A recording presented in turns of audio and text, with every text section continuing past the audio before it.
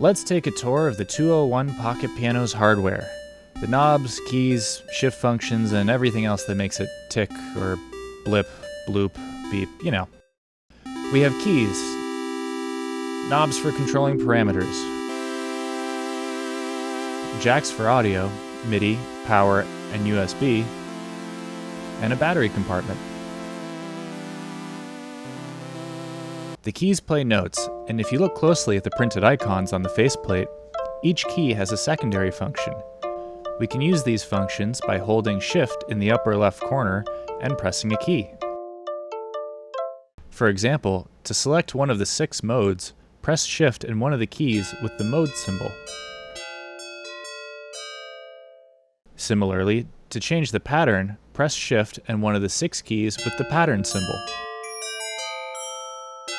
Do the same thing to write a sequence, save a scene, or transpose the keys. Whenever you change a pattern, mode, or use the sequencer, you'll see the LEDs change. The knobs above the keys control parameters of the sound, but their functions vary depending on the pattern and mode.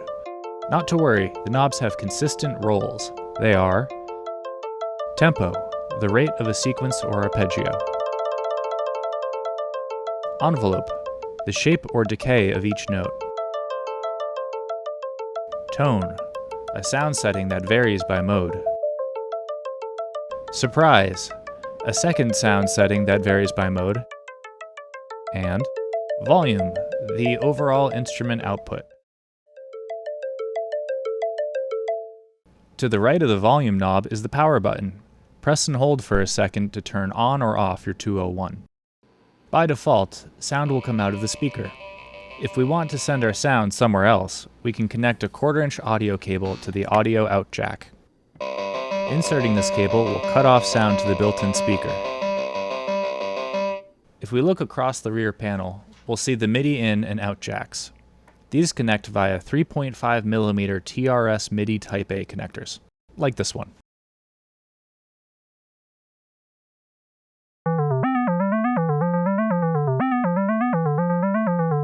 Use MIDI to send notes and clock, or to receive the same information.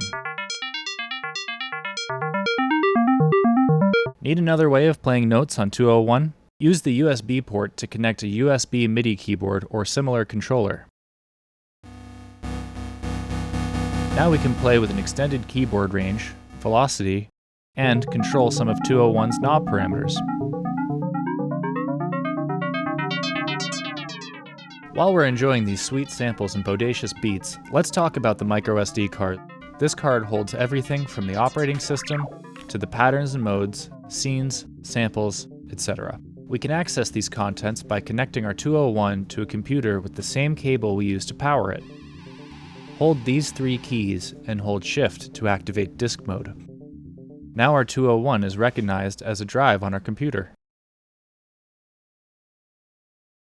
Let's go portable. First, we have to flip our 201 on its face. From here, we can remove the screw holding the battery door in place and insert 3 AA batteries.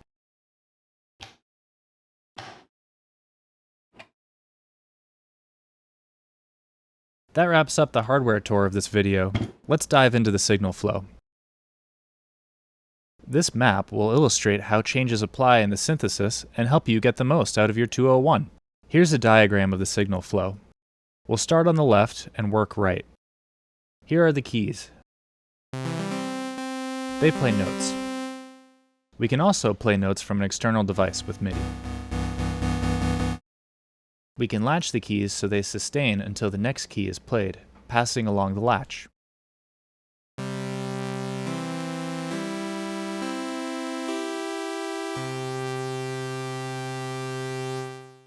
From here, we can transpose notes up and down in octaves.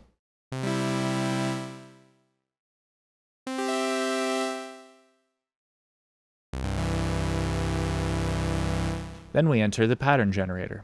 Choose how keyboard or MIDI notes auto-repeat or become arpeggios if you want.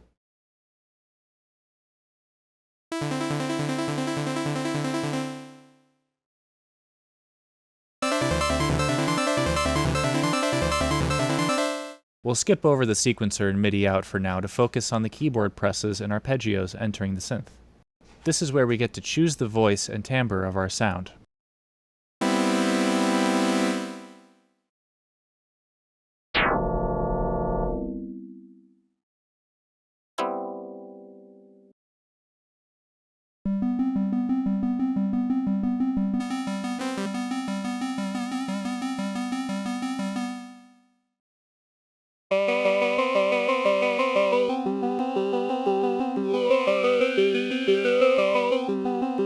The last step is setting the output volume control. This affects the level of the speaker or the quarter-inch output.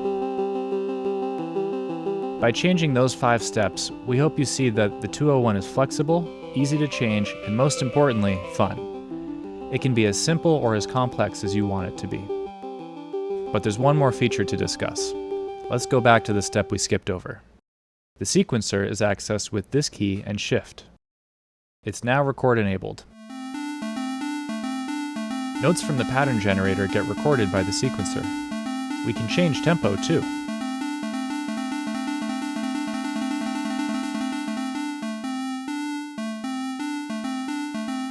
These sequenced notes get sent to the synthesizer. We can change which synth the sequence is using.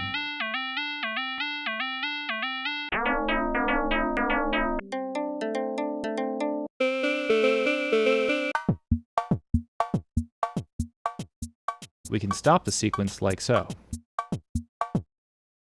Here's where things get more rock and roll. From the pattern generator, notes are sent to both the synthesizer and the sequencer. This means that once a sequence has been recorded, you can change the transposition and pattern so that what you play live will be different from the sequence. Let's demonstrate by recording a bass line. In this transposition and this pattern, we'll record a sequence.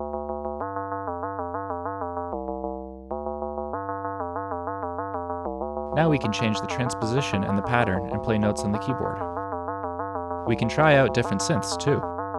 The 201 lets you keep evolving your sound until it's perfect.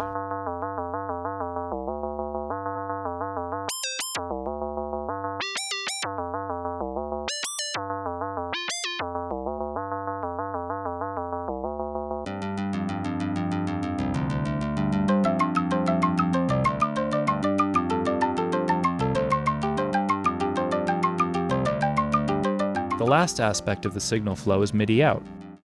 When using the 201 as a MIDI controller, the notes are sent from the pattern generator and the sequencer to the MIDI output.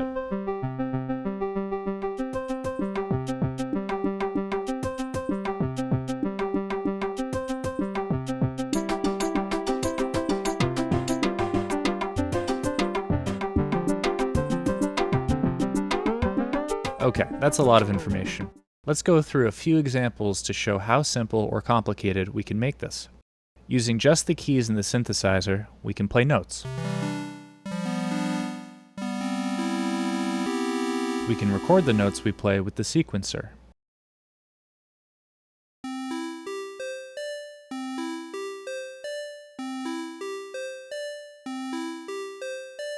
If we choose a new pattern and transpose, we can add another layer to our sequence.